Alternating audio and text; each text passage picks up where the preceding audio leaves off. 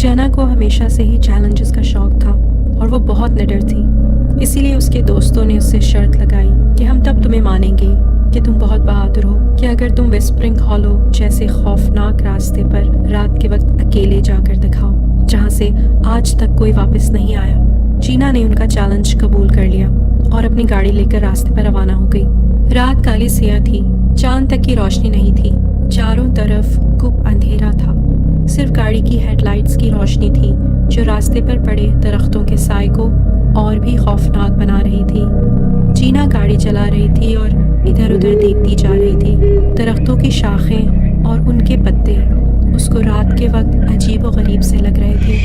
हवा की आवाज़ें जब दरख्तों के दरमियान से गुजर कर आ रही थी तो ऐसा लग रहा था कि बहुत सारी रूहें आपस में बातें कर रही हैं। ये आवाज़ें सुनकर वो और भी खौफ में मुब्तला हो रही थी और रास्ता था कि ख़त्म होने में ही नहीं आ रहा था।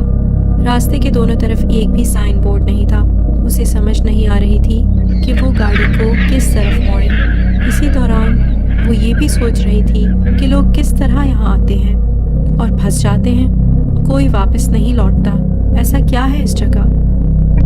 अचानक से उसका रेडियो बजने लगा जो कि काफ़ी टाइम से ख़राब था और उसमें से अजीब सी आवाज़ें आना शुरू हो गई, जैसे कि उसे कोई कुछ बताने की कोशिश कर रहा है।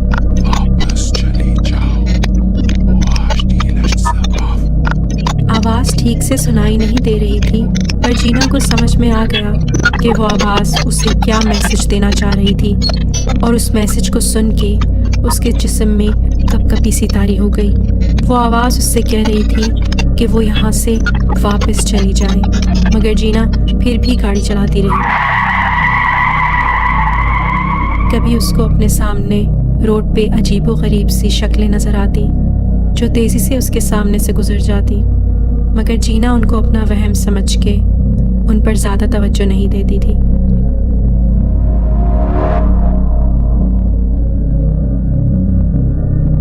अचानक से एक खतरनाक मोड़ पे जीना ने तेजी से गाड़ी मोड़ी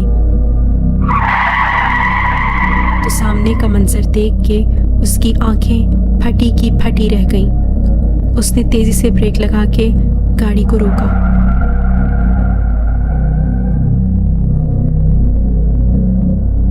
रोड पे सामने एक लड़की खड़ी थी, बिल्कुल अकेली। उसके काले काले लंबे बाल उसके चेहरे पे पड़े हुए थे। वो लड़की जीना की तरफ अपनी खाली आंखों से घूर रही थी और जीना के जिस्म में उसको देख के जैसे खून जम सा गया हो। जीना ने कहानियां सुनी हुई थी कि इस रास्ते पे एक लड़की की मौत हो गई थी और वो जहाँ जाना चाहती थी वहाँ नहीं पहुँच पाई और आज भी उसकी रूह वहाँ भटकती है कि शायद कोई उसे उसके ठिकाने पहुँचा दे। जीना ने हिम्मत करके उस लड़की से बात करने की कोशिश की। क्या आपको मदद की ज़रूरत है?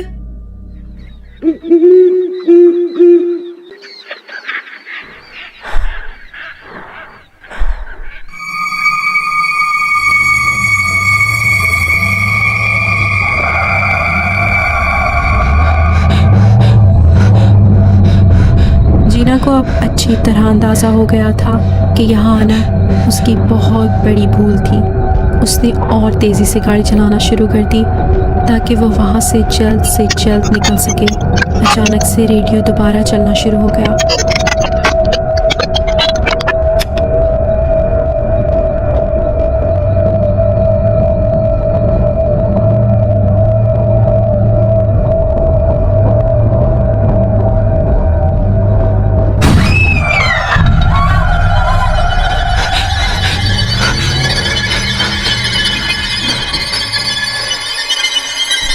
मुझे लगता है कि बस एक और मील का सफ़र रह गया है, फिर मैं अपने घर जा सकूंगी और दोबारा कभी यहाँ का रुख नहीं करूंगी।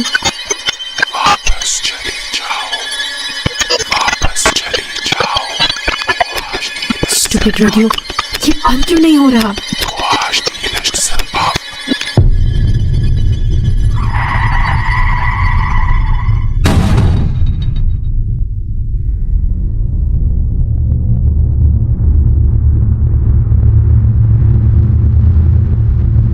बिल्कुल वैसे ही जैसे और लोग इस खौफनाक रास्ते पर गए और कभी वापस नहीं आए। जीना के साथ भी वही हुआ।